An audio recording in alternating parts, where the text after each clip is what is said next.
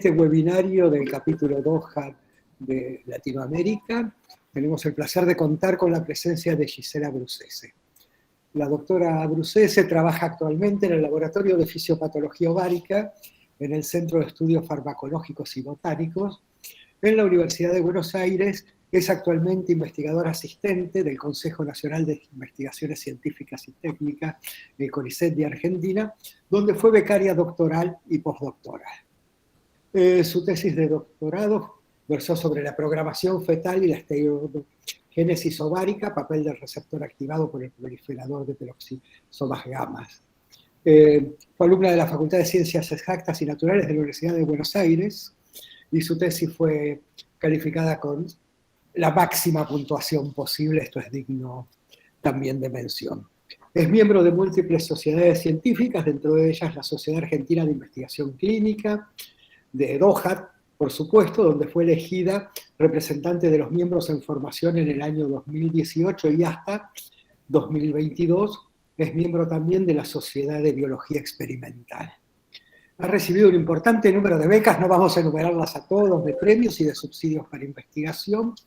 Es autora de más de 20 publicaciones, según llegué a contar, pero seguramente hay alguna que otra que no he contado, en revistas especializadas nacionales y extranjeras. Tiene una amplia dedicación a la docencia, ya sea como disertante, como organizadora de reuniones, de talleres, pero también un papel importante en la formación de recursos humanos. Bueno, hoy es un lujo para nuestros capítulos, para nuestros webinarios, contar con su presencia. Aparte es una muy buena persona, yo la conocí hace unos años en San Luis, donde fue realmente un placer, y nos va a hablar sobre los efectos de la exposición prenatal a los andrógenos en las funciones reproductivas. Giselle, cuando quieras te escuchamos con gran atención. Muchas gracias por la presentación y muchas gracias por la invitación también, y a todos los presentes. Ahora ahí comparto pantalla. Me avisan, por favor, si se puede ver bien.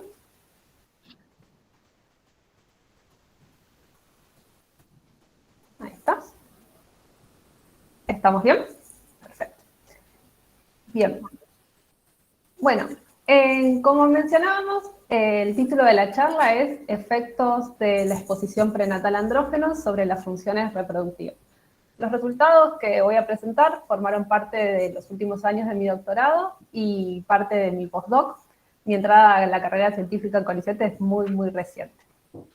Bien, para introducir un poco el tema, nosotros ya sabemos que estar expuestos a un ambiente intrauterino desfavorable o subóptimo va a condicionar el desarrollo del feto y del embrión.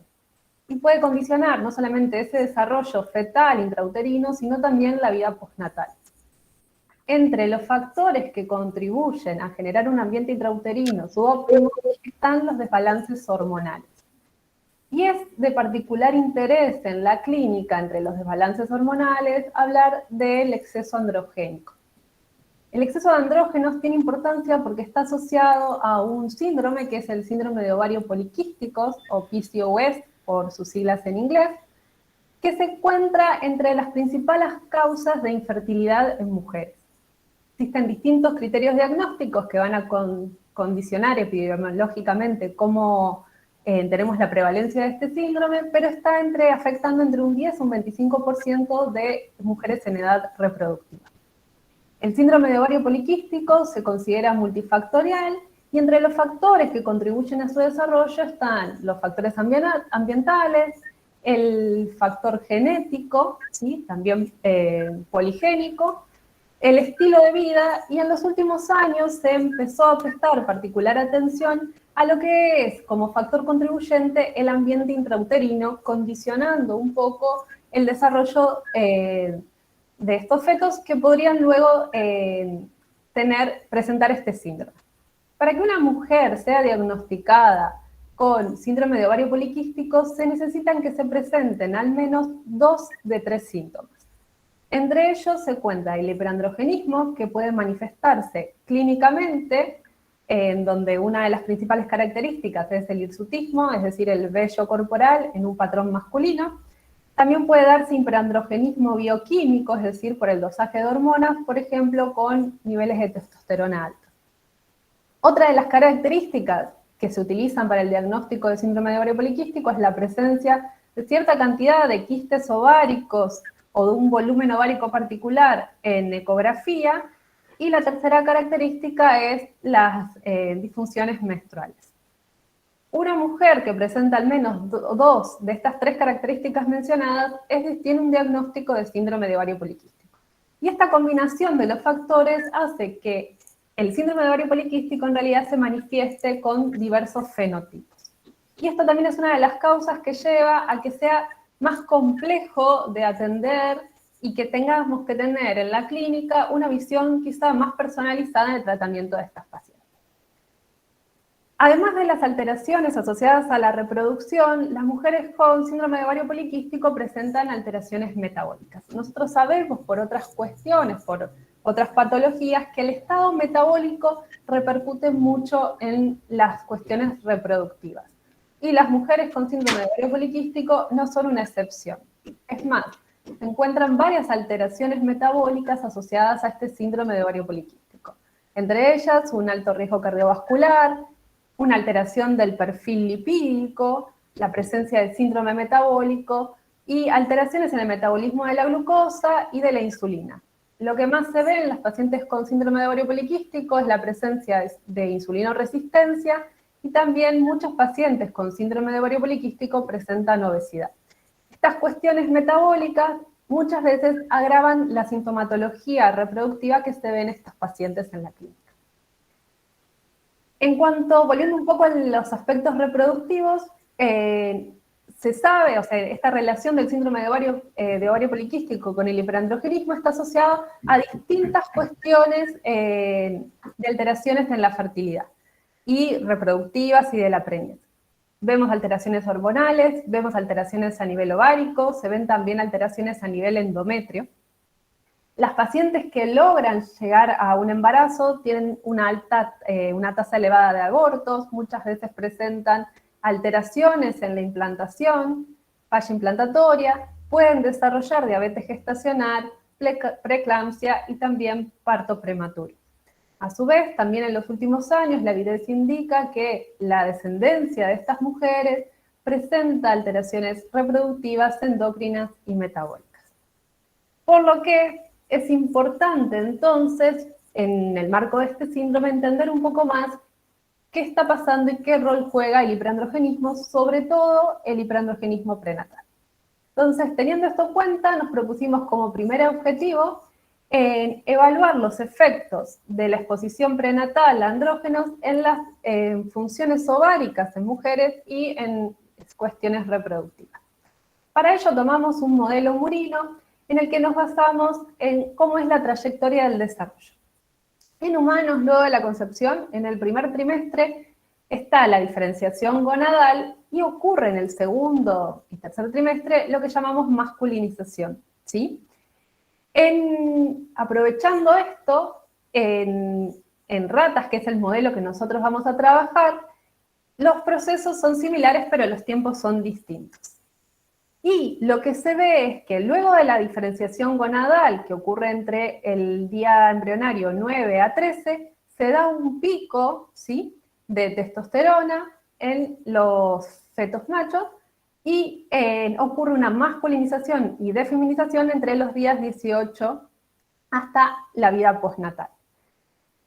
El pico de andrógenos ocurre en el día embrionario 16. Y basándonos en estos es que desarrollamos un modelo murino que también trabajan otros autores, incluso en otros modelos animales, en el que tomamos ratas que están preñadas y entre los días 16 a 19 de la preñez les inyectamos diariamente una dosis de testosterona. Y ese va a ser nuestro grupo hiperandrogenizado prenatalmente. Por supuesto, trabajamos con un grupo control en el que en esos mismos días, 16 a 19 de la preñez, le damos una inyección del vehículo, que es en este caso aceite. Nosotros trabajamos luego con la descendencia, llamémosla la filial 1, que la estudiamos en la vida adulta. Lo primero que hicimos con esta filial 1, ¿sí?, primero vamos a trabajar solamente con las hembras, fue intentar caracterizar si esta dosis prenatal de andrógenos llevaba fenotipos que sean similares a lo que veíamos en las mujeres con síndrome de ovario poliquístico. Lo primero que hicimos entonces fue caracterizar su ciclo estral. El ciclo estral en las ratas, el que es regular y ovulatorio, pasa por distintas fases: proestro, estro, metaestro y diestro, y dura entre 4 a 6 días. Y eso es lo que veíamos en nuestras ratas controles y lo que llamamos nuestro fenotipo ovulatorio regular. Cuando fuimos a estudiar el ciclo estral en los animales que habían sido expuestos a andrógenos en la vida prenatal, encontramos fenotipos distintos en cuanto al ciclo estral. Un grupo de animales, si bien presentaba esta ciclicidad, el ciclo era más largo y duraba 7 o más días. O veíamos que era desordenado, es decir, presentaban estro, pero no siempre encontrábamos este pasaje claro de estro, metaestro, diestro, proestro. Esos animales los clasificamos como teniendo un fenotipo ovulatorio pero irregular. Y esto lo encontramos en algunos animales que habían sido expuestos a andrógenos en la vida prenatal. Otro grupo de animales expuestos a andrógenos en su vida prenatal no presentaban este tipo de ciclo, sino que cuando íbamos a mirar el extendido vaginal, no encontrábamos nunca estros claros o proestros claros, y estaban permanentemente en diestro o metaestro por más de 4 días seguidos. Y esos animales los clasificamos con un fenotipo anovulatorio. ¿Bien? Además de observar entonces esta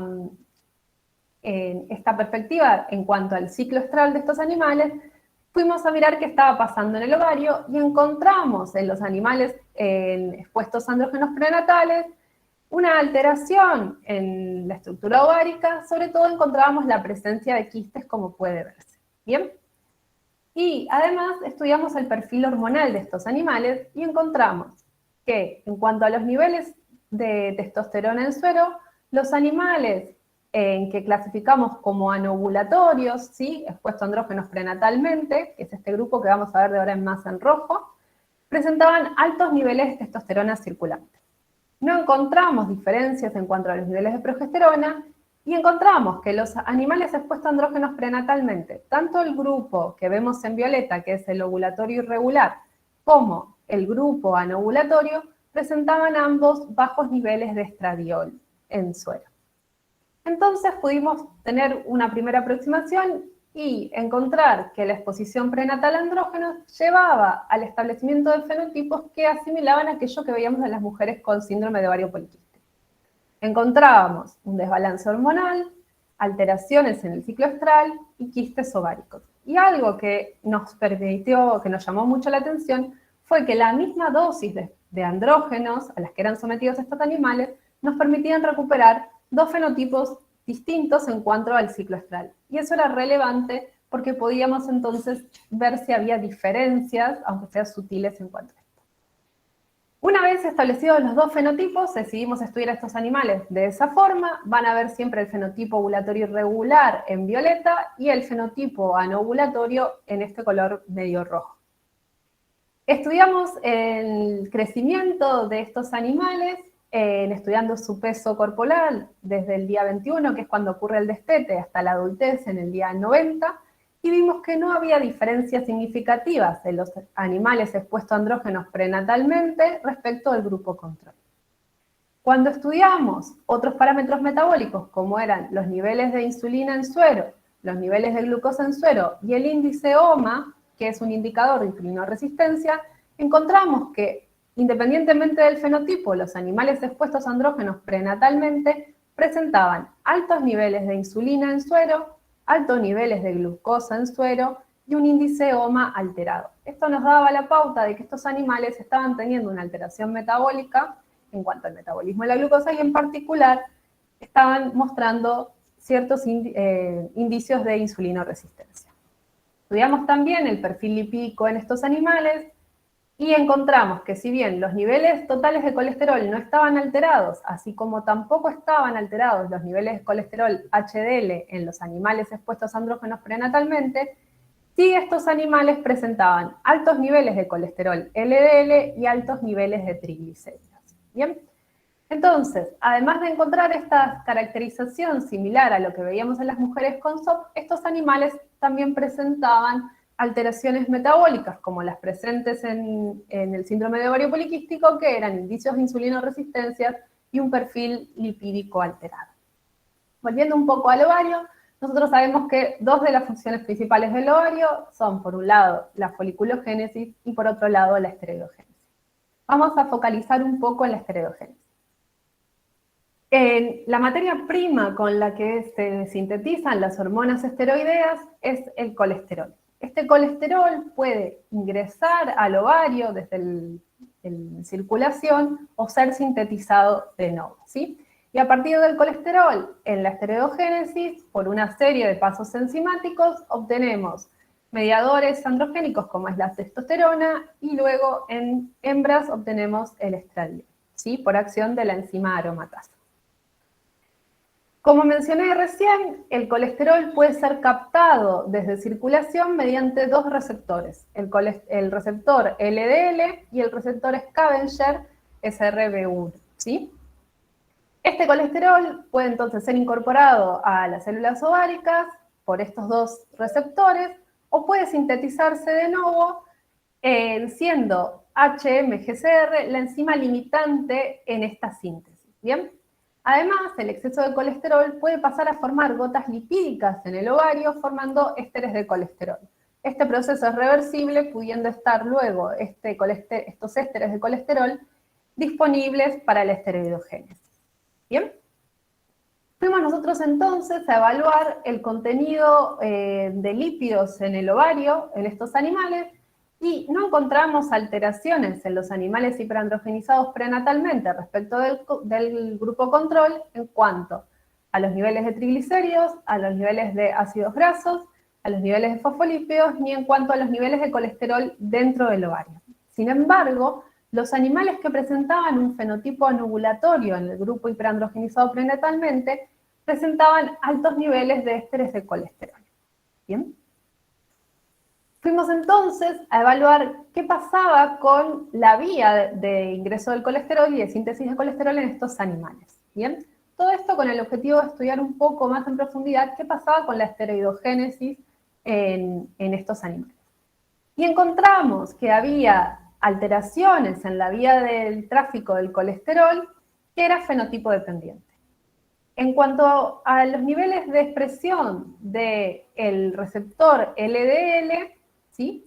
Encontramos que estaban aumentados en los animales con fenotipo anovulatorio. En cuanto a los niveles de expresión del receptor Scavenger, SRB1, encontramos que estaba disminuido en los animales con fenotipo ovulatorio irregular. Y además encontramos que la enzima limitante en la síntesis de nuevo del colesterol estaba disminuida en ambos fenotipos de los animales hiperandrogenizados prenatalmente. Esto ya nos daba la pauta de que la vía del colesterol, que recordemos era la materia prima para la esteroidogénesis, estaba alterada en estos animales. Estudiamos luego la expresión de las enzimas esteroidogénicas, ¿sí? Y de mediadores esteroidogénicos, y vimos que había otra vez una alteración fenotipo dependiente en cuanto a estos factores esteroidogénicos en el ovario. El fenotipo anovulatorio presentaba altos niveles del transportador STAR y bajos niveles de expresión a nivel proteico de 17-beta-HCD y una tendencia a una baja expresión en aromatasa, que son mediadores en la síntesis de testosterona y de estradiol. El fenotipo ovulatorio irregular presentaba una tendencia a la disminución en 17-beta-HCD y una alta expresión de la enzima aromatasa. Esto nos mostraba entonces que en cuanto a la esteroidogénesis, estos animales presentaban alteración en la esteroidogénesis ovárica, no solamente a nivel esteroidogénesis per se, sino desde los primeros pasos que involucraban la síntesis o la biodisponibilidad de colesterol en este ovario. Y esto contribuía entonces al perfil hormonal alterado que ya habíamos encontrado. Nos preguntamos entonces qué pasaba en cuanto a la fertilidad de estos animales. Para ello tomamos animales de los dos fenotipos hiperandrogenizados prenatalmente y del grupo control y los cruzamos con machos controles. Estudiamos qué pasaba, si podían lograr una preñez exitosa y qué pasaba con la descendencia de estos animales hasta la etapa postnatal temprana, ¿sí? Día 6 del desarrollo. Encontramos que, como esperábamos, los animales con fenotipo anovulatorio no lograron quedar preñados y, por supuesto, entonces no lograron parir crías. En cuanto a los animales del fenotipo ovulatorio irregular, respecto al grupo en control, vimos que si bien podían quedar preñadas y parir crías, lo hacían en menor medida respecto del grupo control. ¿Bien? Cuando evaluamos los sitios implantatorios, el índice de reabsorción embrionaria y el número de crías que tenían estos animales hiperandrogenizados prenatalmente del fenotipo ovulatorio irregular respecto al grupo en control, no encontramos diferencias en estos parámetros en la preñez. Estudiamos luego entonces qué pasaba con la descendencia de estos animales hiperandrogenizados prenatalmente. Y vimos que la filial 2 presentaba un bajo peso en el día postnatal 3 y en el día postnatal 6, cuando ya podíamos diferenciar entre machos y hembras, vimos que el peso en el corporal de las crías de la filial 2 de los animales hiperandrogenizados prenatalmente era menor respecto al grupo control. También era menor la longitud corporal, ¿sí? Y a su vez encontramos que la distancia endogenital, tanto en hembras como en machos descendientes de hembras hiperandrogenizadas prenatalmente, era menor. Esto nos hablaba entonces de que los efectos de la hiperandrogenación prenatal afectaban a la descendencia directa, pero también tenían un efecto intergeneracional que duraba al menos una generación más. Como conclusión, respecto de este primer objetivo planteado, vimos que una exposición prenatal a andrógenos en hembras, en la descendencia de hembra, llevaba a dos fenotipos distintos en cuanto al ciclo estral, uno con ciclos anovulatorios y otros con ciclos irregulares, donde ambos presentaban un perfil lipídico alterado, indicios de insulinoresistencia, alteraciones de la fertilidad y alteraciones en el proceso de esteroidogénesis. A su vez vimos que la descendencia de estos animales también presentaba, por lo menos hasta la etapa que llegamos a evaluar, que era el desarrollo temprano, día postnatal 6, alteraciones en su crecimiento. Teniendo esto en cuenta, y esto es lo que pasaba en hembras, nos preguntábamos entonces que si bien el exceso androgénico, como ya mencionábamos, podía llevar a un fenotipo similar a lo que se ve en mujeres en la clínica de síndrome de ovario poliquístico, ¿qué pasaba con los machos? ¿Qué pasa con la descendencia macho? En bibliografía recientemente se ha descrito que los hermanos, los parientes cercanos de mujeres con síndrome de ovario poliquístico presentaban ciertas alteraciones asociadas a lo que se ve en estas mujeres. Entonces se empezó a plantear que podría haber un equivalente del síndrome de ovario poliquístico, pero en machos. Nos planteamos entonces evaluar el impacto o los efectos de la exposición en andrógenos prenatal sobre parámetros metabólicos y reproductivos en machos. Para ello usamos el mismo modelo animal que antes, donde entre los días 16 y 19 de la preñez inyectábamos subcutáneamente a las hembras preñadas con una dosis diaria de testosterona y teníamos nuestro grupo control, ¿sí? Evaluamos la filial 1, ¿sí? La descendencia de estas crías, de estas madres, perdón, y evaluamos ahora la descendencia macho. Estudiamos ciertos parámetros metabólicos y algunos parámetros reproductivos. Como resultados encontramos que desde el nacimiento, desde el día 7 hasta la adultez, no había diferencias entre los machos expuestos a andrógenos prenatales respecto de los machos control. Tampoco encontramos en la adultez, en día 90, alteraciones en la curva de tolerancia a la glucosa en los machos expuestos a andrógenos prenatalmente respecto de los machos control.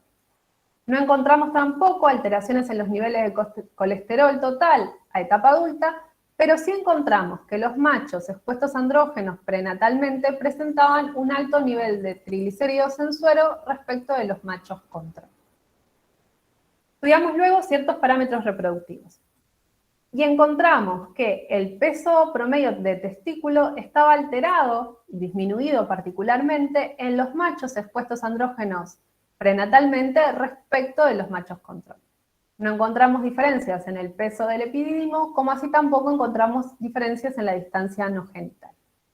Cuando estudiamos los parámetros espermáticos, vimos que los machos expuestos a andrógenos prenatalmente presentaban un menor conteo espermático y un menor porcentaje de espermatozoides mótiles respecto de los machos controles en la adultez. No encontramos diferencias en el porcentaje de espermatozoides normales al comparar machos controles con machos expuestos a andrógenos prenatalmente. Teniendo en cuenta estos resultados en cuanto a los factores espermáticos, decidimos evaluar qué pasaba con la fertilidad en estos machos. Entonces expusimos machos controles y machos expuestos a andrógenos prenatalmente a hembras controles. Estudiamos si estos machos podían llevar a que estas hembras quedasen preñadas y también evaluamos qué pasaba con la descendencia de estos machos hasta un desarrollo temprano en día postnatal 6. Cuando comparábamos los machos controles respecto de los machos expuestos a andrógenos prenatalmente, no encontramos diferencias en porcentaje de hembras que quedaban preñadas, el porcentaje de hembras que lograban una preñez exitosa, ni en cuanto al porcentaje de cópula que lograban estos machos expuestos a andrógenos prenatalmente respecto de los machos controles. Por lo que no encontramos indicios de que estuviese afectada la fertilidad de estos machos, aunque sí habíamos encontrado que los espermatozoides tenían una menor motilidad y un menor conteo. Estudiamos luego la filial 2, es decir, la descendencia de estos machos que habían sido expuestos a andrógenos prenatalmente, y en día embrionario 14 vimos que la longitud embrionaria, ¿sí?, de la filial 2 de machos expuestos a andrógenos prenatalmente era mayor respecto de la de machos controles.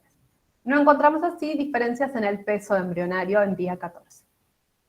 Cuando evaluamos los parámetros, ciertos parámetros a día postnatal, en la vida postnatal temprana, vimos que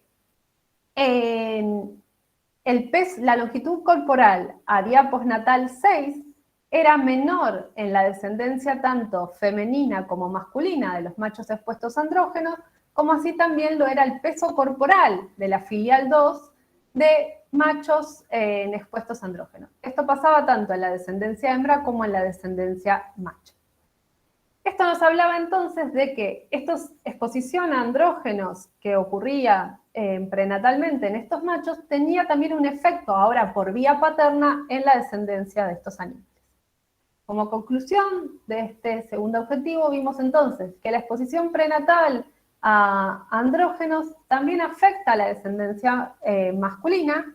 Encontramos que estaban alterando ciertos parámetros espermáticos, también vimos alterado el peso testicular y encontramos que estos animales presentaban altos niveles de triglicéridos. A su vez, la descendencia de estos animales, la filial 2, también presentaba alteraciones en el desarrollo temprano, en el crecimiento del desarrollo temprano. Para concluir finalmente, entonces, en nuestro trabajo vimos que la exposición prenatal a andrógenos afecta las funciones reproductivas femeninas. En particular, nosotros nos concentramos en esta presentación en el estudio de lo que pasaba en la vida del colesterol y cómo eso repercutía en la esteroidogénesis y la fertilidad, y vimos que todos estos parámetros estaban alterados. A su vez vimos que la descendencia, es decir, la filial 2 de hembras hiperandrogenizadas prenatalmente, presentaba también, al menos hasta la etapa estudiada, que fue hasta día postnatal 6, alteraciones en su desarrollo. Por otro lado, el exceso prenatal, el exceso de andrógenos prenatal, también influye sobre la descendencia macho y vimos que afectaba a los parámetros espermáticos, pero sin afectar la tasa de fertilidad, la tasa reproductiva. La descendencia de estos machos expuestos a andrógenos prenatalmente también presentó una alteración en su desarrollo. Por lo que el exceso prenatal, la exposición prenatal a andrógenos afecta tanto a machos como a hembras, pudiendo repercutir incluso en una generación más, y entonces estamos viendo un efecto intergeneracional. Bueno, eso es todo. Muchas gracias. Este es el grupo del laboratorio con el que trabajo, que está a cargo de la doctora Alicia Mota. no me queda más que agradecer, por supuesto, a la Universidad de Buenos Aires, al Ministerio de Ciencia y a CONICET, que fueron los que nos dieron los fundings para llevar a cabo las investigaciones. Y, por supuesto, muchas gracias a todos ustedes por su atención.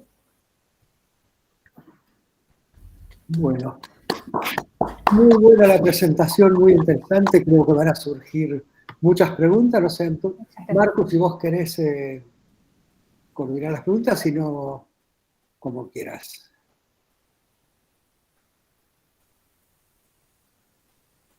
Marcus, estás con el micrófono apagado.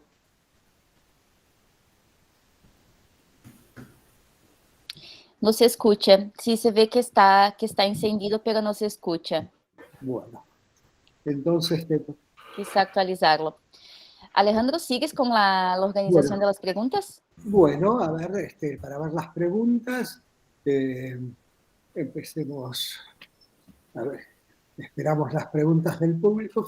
A mí me llamó la atención, Giselle, cuando vos hablabas de la diferencia entre el crecimiento fetal con una talla mayor en algún momento, pero después en los primeros días de vida una talla menor.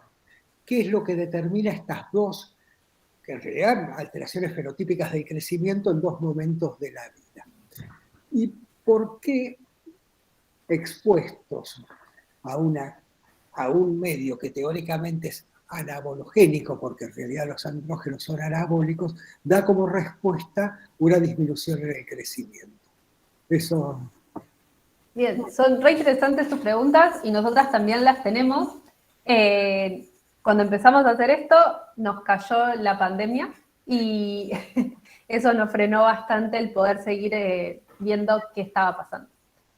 Una de mis hipótesis es que está involucrado en el factor IGF-1.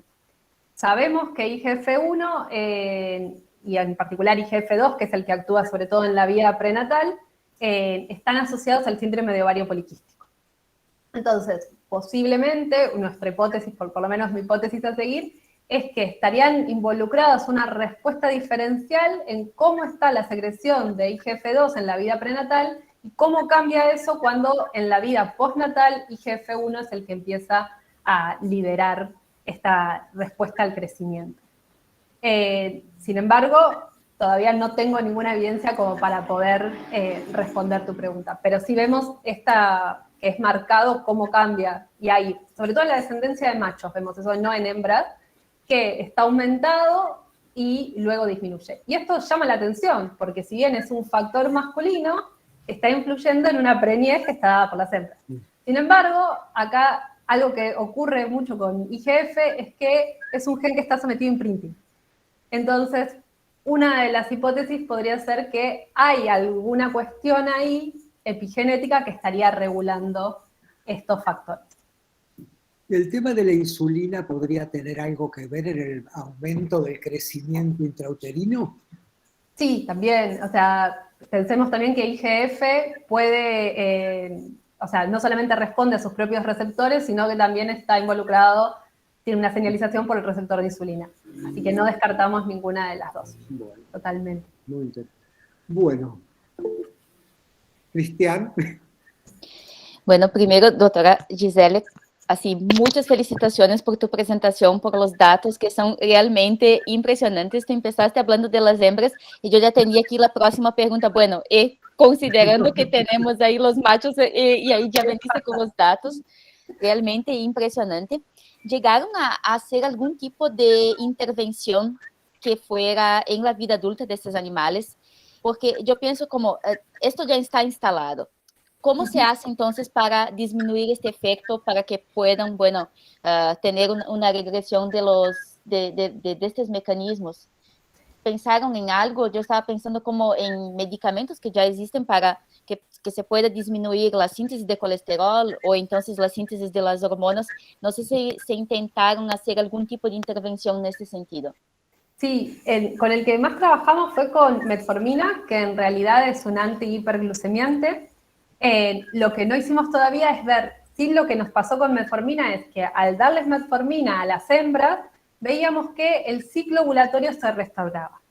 O sea, que eso nos hacía sospechar que posiblemente podían quedar preñadas las hembras que antes no podían.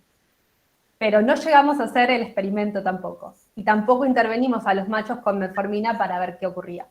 Otro de los factores que teníamos ganas de probar ahora era resveratrol, que va por la vía de como antioxidante y además entra en esto de que ya es un medicamento como más natural, o sea, como una intervención que puede estar no solamente como medicación, sino por un cambio en la dieta, ¿no? Como el resveratrol está presente, por ejemplo, en las arándanos, en las uvas, podríamos pensar en una intervención no farmacológica que hoy en día para estas pacientes y demás podría ser más interesante, e incluso en los machos, donde todavía no hay un fenotipo establecido en cuanto a síndrome de ovario poliquístico, sí podríamos pensar en cambios en el estilo de vida que favorecieran y recuperaran estos parámetros.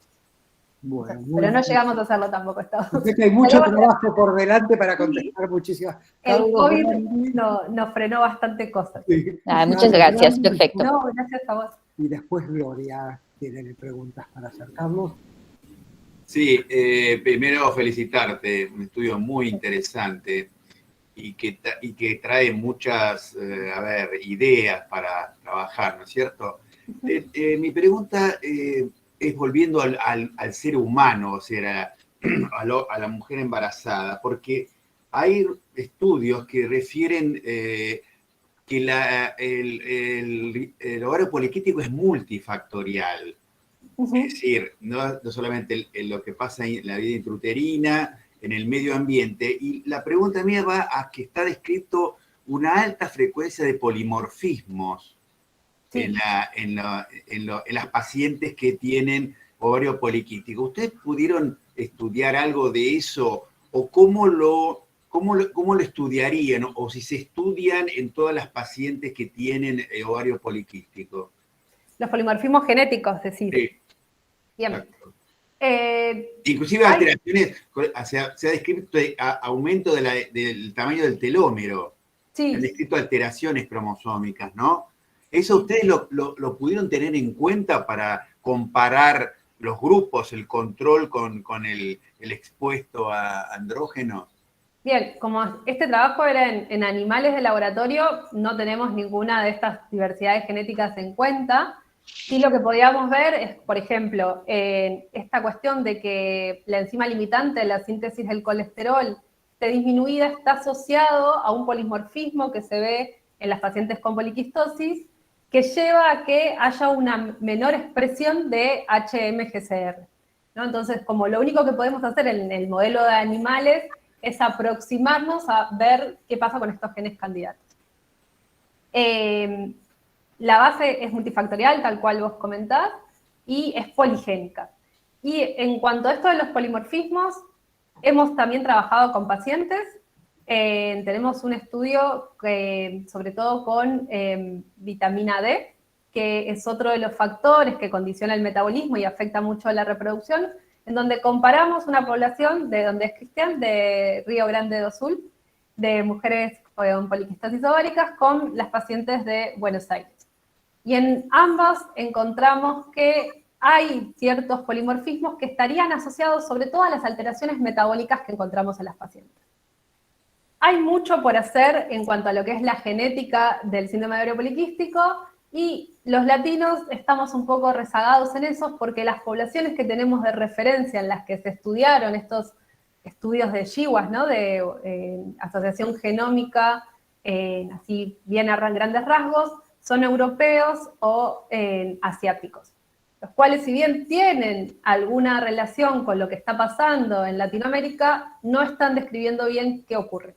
Por lo que queda muchísimo para hacer. Quienes quieran estudiar los aspectos genéticos en las mujeres con síndrome de ovario poliquístico, y en particular en Latinoamérica, sería maravilloso.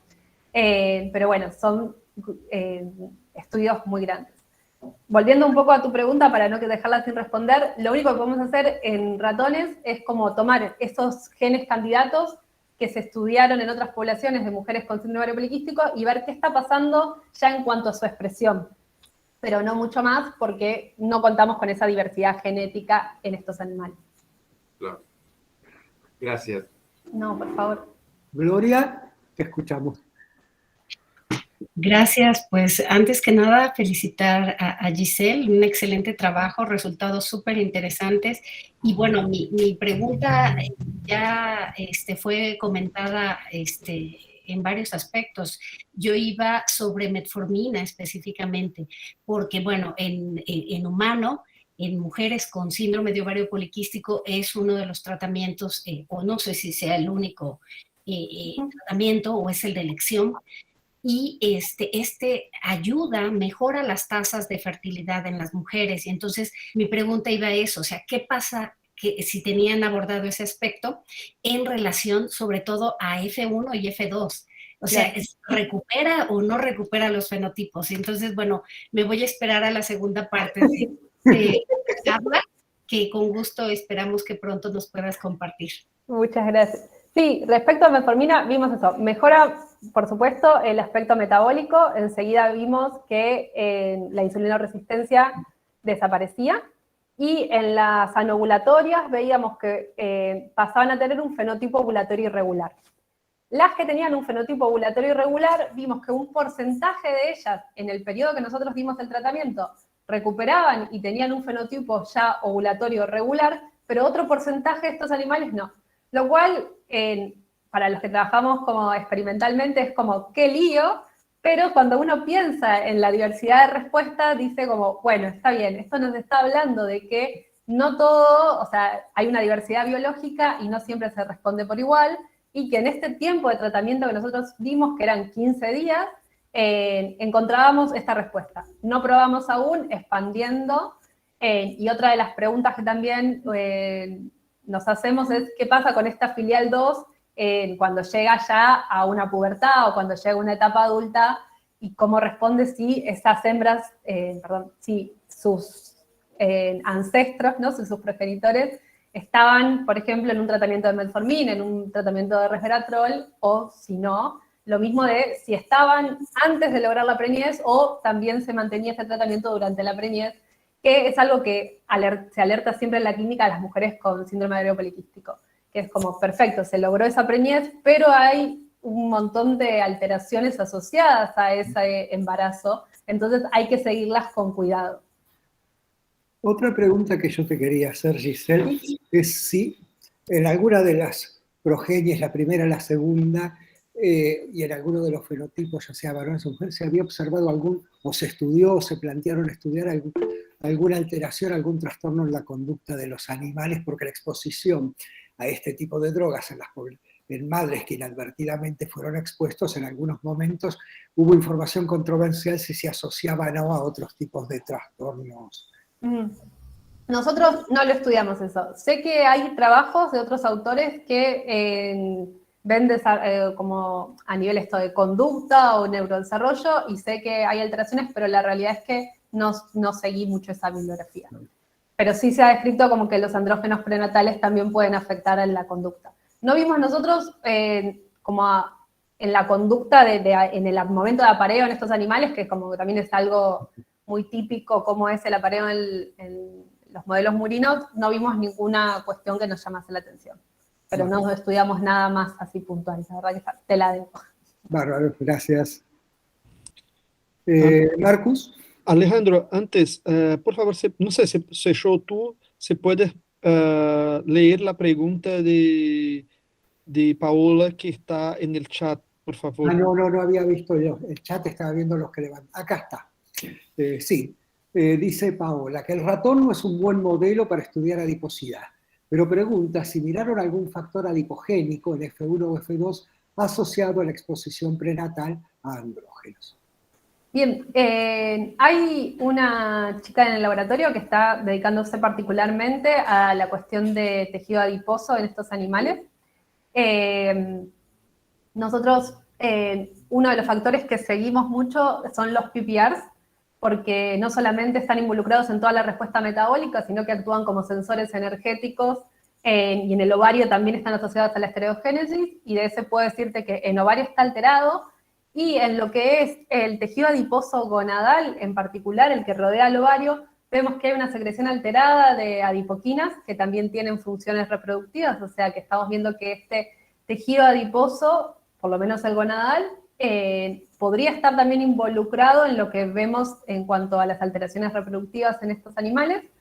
De la F2 recién están empezando los estudios, y otra de las cosas que vimos en cuanto a lo que es la esteroidogénesis, que si bien el ovario es uno de los principales órganos involucrados en lo que es la contribución hormonal, en tejido adiposo ocurre lo que se llama conversión esteroidogénica, es decir, que el tejido adiposo, por lo menos en baja medida, puede contribuir a cómo se modifican las hormonas. Y en particular, el tejido adiposo expresa ciertas enzimas esteroidogénicas que vimos que estaban alteradas. La CYP, si no me acuerdo mal, quizá Alicia la recuerda mejor, la CYP19 está alterada, y la 17 beta también está alterada en el tejido adiposo gonadal, lo cual nos habla de que este tejido adiposo tendría como una contribución a los parámetros hormonales. Nosotros no encontramos obesidad en estos animales, y cuando veíamos la distribución de grasas al abrir los animales, tampoco vimos como una alteración, por lo menos que llame la atención. Hoy en día, esta becaria está contando adipocitos y midiéndolos, así que también pronto tendremos como más información al respecto de qué pasa con todo lo que es la cuestión del tejido adiposo, aún en un ambiente donde no vemos un índice de masa corporal alterado. Porque esto también a veces ocurre, ¿no? Como que si, por más que no haya obesidad, este tejido adiposo cumple funciones endocrinas, así que puede tener una alteración más allá de la cantidad que haya. Bueno, Marcus, ahora sí. Bueno, ¿me escuchan? No sé si mi micrófono va a funcionar ahora. Bueno, entonces inicialmente, Gisele, mis saludos y te cumplimento por la excelente exposición y más aún de la discusión que has hecho acá frente a todas las preguntas que te hicieron. Son datos muy, muy interesantes y que, bueno, vamos a hablar como 3 minutitos porque en este me interesa bastante también porque tengo un poco de trabajo en mi laboratorio en este tema. Inicialmente, los datos en la FP1, entonces, directamente las hembras hijas expuestas prenatalmente a los andrógenos, los datos me parecen muy interesantes, aunque un dato que me sorprendió, y ahí me confirme, por favor, si yo tenga comprendido errado, es que cuando hicieron la cuantificación ovárica de lipídios, los niveles de triglicerídeos no estaban elevados en los ovarios de las... no estaban, creo que... Sí, los triglicéridos ováricos, o sea, dentro del ovario cuantificamos los lípidos y los triglicéridos no están alterados. No estaban alterados. Bueno, eso me sorprende un poco. ¿Esta cuantificación fue hecha por métodos colorimétricos o fue por lipidómica, Gisele? Lo hicimos con columnas de TLC. Ah, columnas TLC. Bueno, buenísimo. Entonces, es que es así. Una cosa que es interesante, y particularmente en SOP, en portugués decimos SOP, no sé si ustedes dicen también.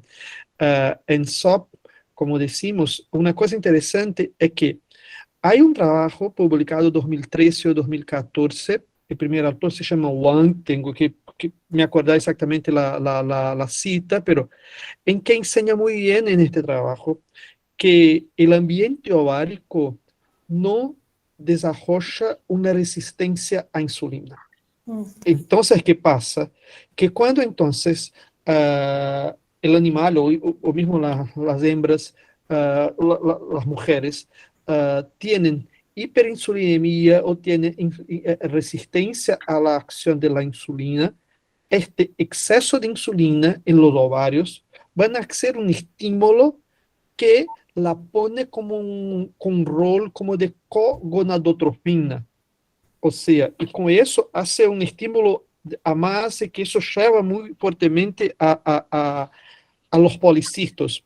Y hay aparentemente un conector importante ahí, que es el hormonio antimuleriano. Y eso era mi pregunta, si ustedes ya llegaron a mirar algo de AMH, de antimoleriano, de hormona antimoleriano, porque eso me parece que puede ser un dato interesante en los ovarios De estos animales. de Sí. estos animales.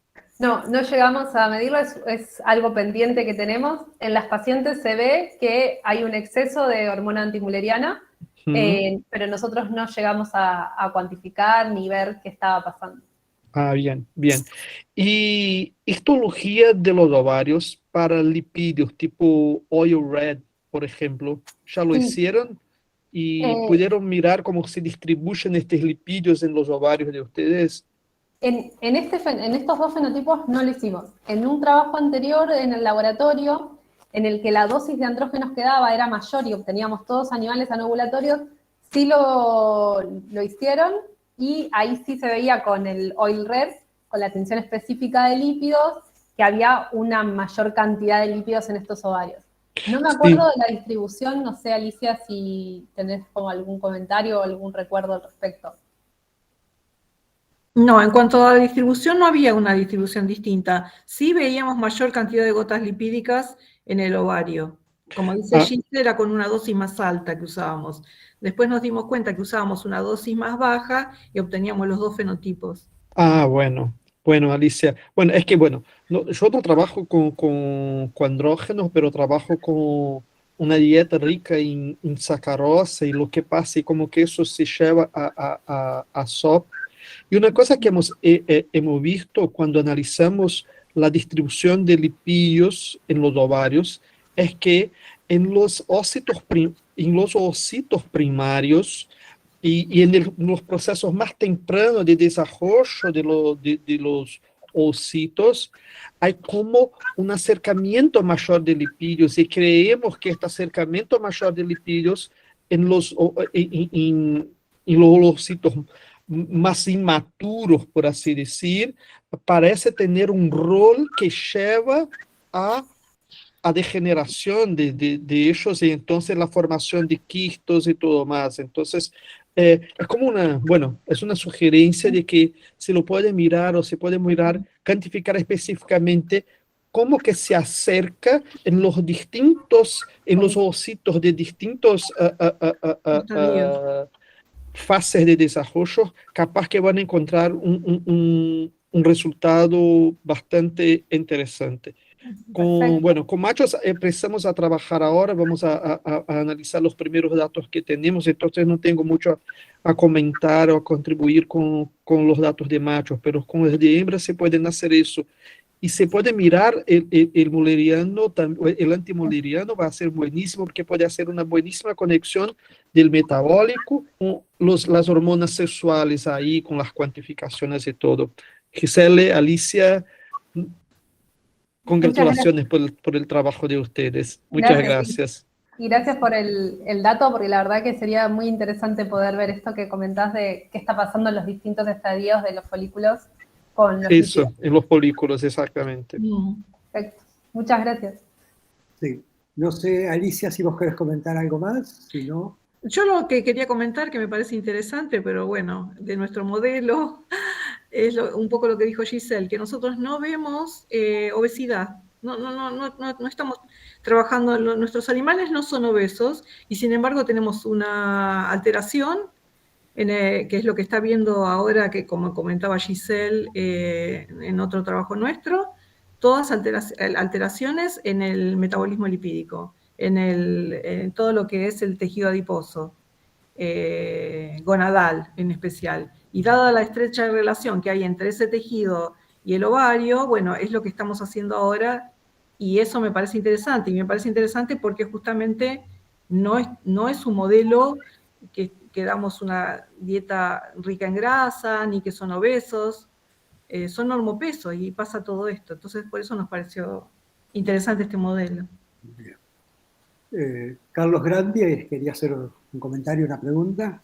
Sí, después de haber escuchado tantos datos de investigación en animales, yo estoy tratando de reflexionar a una cosa que se llama translacional, es decir, el impacto que tiene sobre la prole en los humanos, porque el riñón poliquístico no es gratis. Además de producir trastornos reproductivos en la mujer, aquellas que logran embarazar y tener hijos, vamos a excluir el retardo del crecimiento, los chicos pequeños para edad gestacional, pero hay otras morbilidades que aparecen en la descendencia, que a mí la primera cosa que se me ocurre es si los obstetras, ginecólogos obstetras, nosotros somos de formación pediátrica, ¿no? Por eso los llamamos los primos, advierten a los papás de que sus hijos pueden tener cierto riesgo, entre comillas, de tener algunos trastornos que ustedes los han mencionado, está en la literatura. Entonces, no es solamente ver la mujer, los trastornos que tiene a nivel ovárico, etcétera, etcétera, sino cuando logra tener descendencia, el impacto que puede tener. Esa información yo creo que los médicos se las tienen que dar a los padres. ¿Está claro? Hoy los papás saben más de que a los chicos que han tenido COVID hay que hacerle placa de tórax y un informe cardiológico. Y estas cosas que son, ojalá, son más frecuentes que el COVID, que cuando aparezca, no sé si está instalado en la práctica clínica. Y digo esto como hay muchas más trastornos en la madre, que por eso estudiamos DOHAT. Y este es el ejemplo, uno de los ejemplos clásicos, ¿no es cierto? El impacto que tiene una enfermedad en la mujer, y ahora parece que en el varón también, sobre la descendencia. Sí, es re interesante lo que decís, y por lo menos en Argentina esto a veces es complicado, porque en realidad como que el tratamiento de las mujeres con síndrome de ovario poliquístico a veces está fragmentado, ¿no? Como o lo ve el ginecólogo o lo ve el endocrinólogo. En realidad sería mucho más interesante que estas mujeres durante el seguimiento obstétrico estén acompañadas de la mirada de un endocrinólogo muy de cerca para que pueda seguir también eso y por supuesto también advertir a los neonatólogos de esta situación.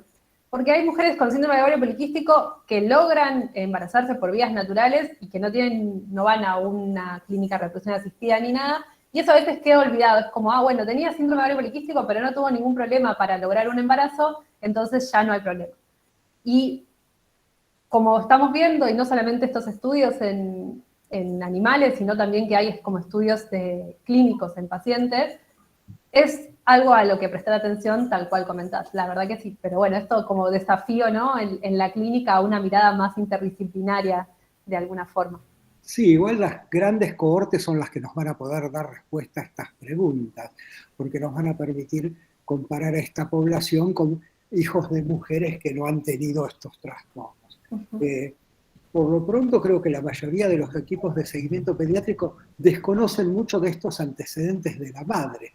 Entonces, si no conoces el antecedente de la madre, es difícil buscar, yo creo los programas de Carlos, vos también los conocés, los programas de seguimiento de las cohortes, por ahí muchos de los probables factores de riesgo para alteraciones del desarrollo, neurocognitivas e incluso para trastornos metabólicos y otros, no son tenidos en cuenta por los programas de desarrollo para buscar relaciones o asociaciones, depende de lo que busquen, específicas. Me parece que la información, hay que tener acceso a todo lo prenatal de una forma mucho más rigurosa para poder responder la pregunta de Carlos, que creo que es fundamental.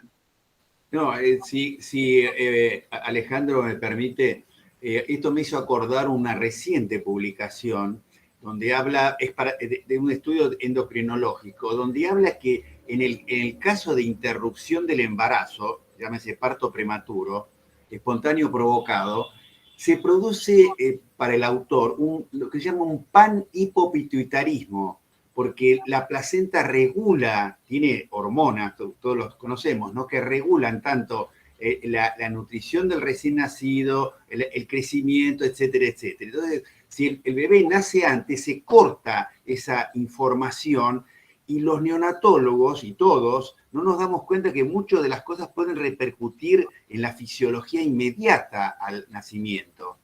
Nadie ha estudiado, nadie sabe nada de lo que le pasa al prematuro, especialmente el prematuro extremo, sobre esa interrupción del eje endocrino. Por eso lo llaman panhipopituitarismo, y que puede traer secuelas a largo plazo. O sea, llámese DOHAT, ¿no? Entonces, esa es otra beta desde el punto de vista endocrinológico que a mí me parece fundamental. y creo que va a empezar a aparecer trabajo sobre eso. Es muy difícil, la verdad que mucho, pero yo he preguntado mucho y hasta endocrinólogos, pediatras no tienen la menor idea, inclusive no saben cuáles son los parámetros normales de ciertas hormonas en los prematuros.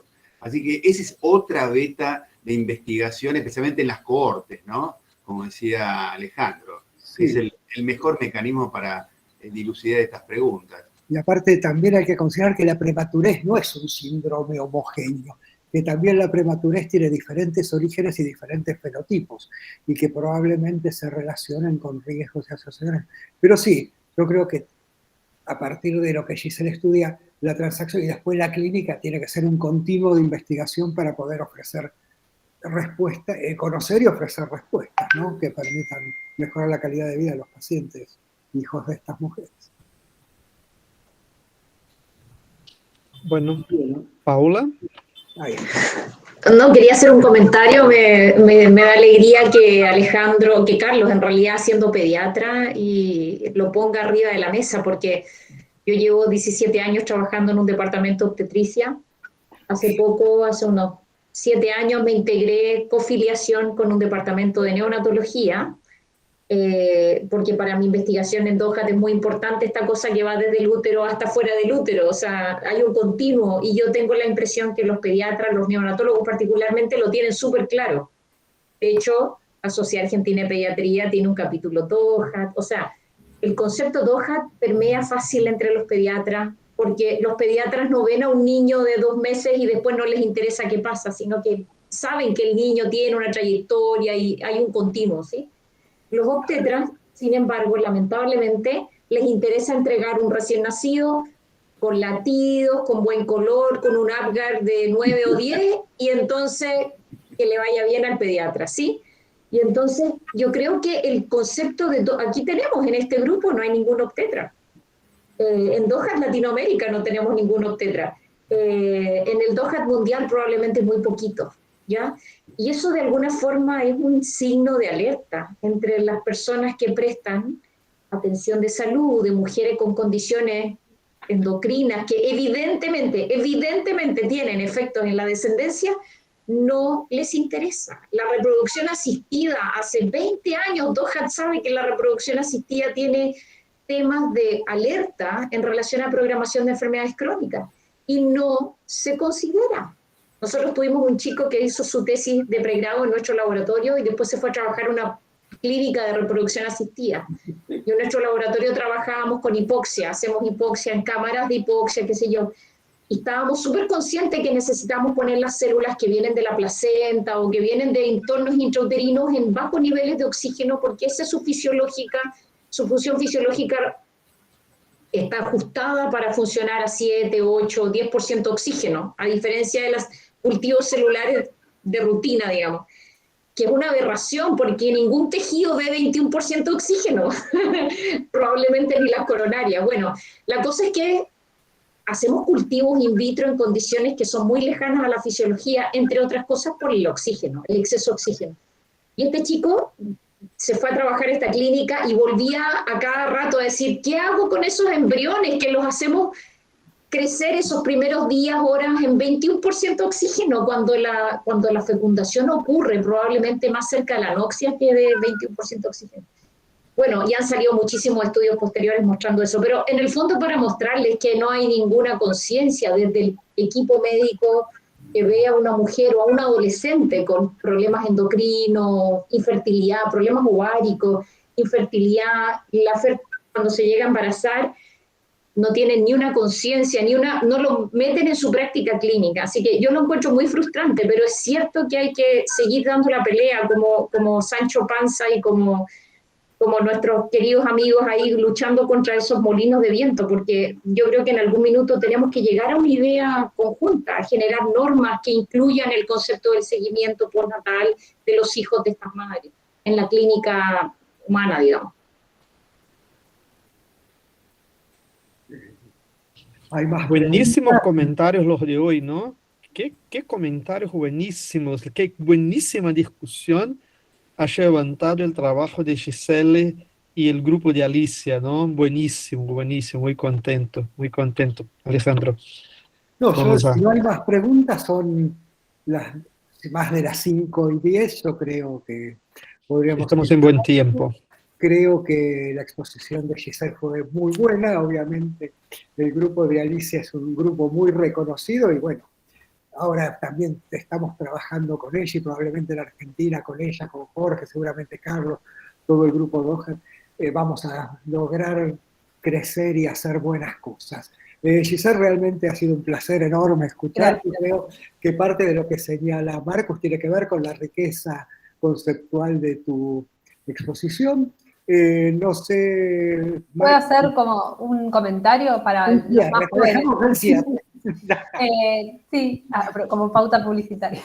No, aprovecho el espacio para invitar a todos los jóvenes, a quienes están en la carrera científica, empezando como estudiantes de licenciatura, de maestría, de doctorado, y ya postdoc y investigadores jóvenes, a que se involucren en la sociedad Doha. La verdad que es una sociedad que yo la encontré muy abierta a los jóvenes y esto es, por decirlo de alguna forma, extraño todavía en algunas sociedades, pero es algo muy lindo que tiene esta sociedad. Toda la comunidad internacional es muy abierta. Yo la verdad que como representante de jóvenes investigadores siempre tuve un espacio para hacer propuestas, para ser escuchadas, así que los invito y las invito a todas a que se sumen desde el capítulo latinoamericano, primero como para hacer fuerza y tener una mayor representación en la sociedad internacional, y que en todas las convocatorias, que son muchísimas las que hace la sociedad internacional, se sumen también, no tengan vergüenza, no tengan miedo. Algo que nos pasa mucho a los jóvenes es la barrera lingüística, y es como, qué miedo hablar en inglés. Son súper comprensivos, son súper abiertos, así que inténtenlo, anímense, que es un ambiente muy lindo para poder crecer y enfrentarse a estas situaciones que en nuestra carrera no vamos a tener. Así que nada, eso, aprovechar el espacio que me dieron para poder invitarlos a que se sumen más activamente a la sociedad. Bárbaro comentario, Giselle. No, bárbaro comentario. Bárbaro. Sí. Paula. Sí. Y desde el ámbito de la investigación básica, donde ustedes tienen mucha más llegada que nosotros con Jorge, que somos clínicos, bueno, me parece que esta postura de fomentar la incorporación a nuestra sociedad y en Argentina, que somos todavía pocos, es maravilloso y se agradece. Paola quería hacer un comentario. Un comentario muy cortito, que veo que Giselle en el fondo se ha formado en el laboratorio de Alicia. Quiero también felicitar a Alicia, porque yo creo que es algo que uno aprende, que necesita maestros, líderes, que formen y que dejen crecer a las personas que se forman al alero de ellos. Y quiero felicitar a Alicia porque en el fondo lo ha hecho súper bien. Gracias. Gracias, Paola. Bueno, me parece que ha sido un excelente webinario. Gracias a todos. Un placer, Giselle, Alicia. Gracias a ustedes. Compañeros todos. Nos vemos el próximo, que es Cristian, que yo lo tenía anotado y no encuentro el papelito. Bueno, el tercer miércoles de agosto. Exacto, tercer miércoles de agosto, y luego vamos a empezar a hacer una divulgación. Muy bien. Muchísimas gracias a todos, fue una súper tarde, de verdad. Gracias. Un abrazo a todos. Bueno, muy bueno. Para todos. Gracias. Un abrazo, qué bueno estuvo el seminario. Sí, estuvo Muchas gracias. Gracias.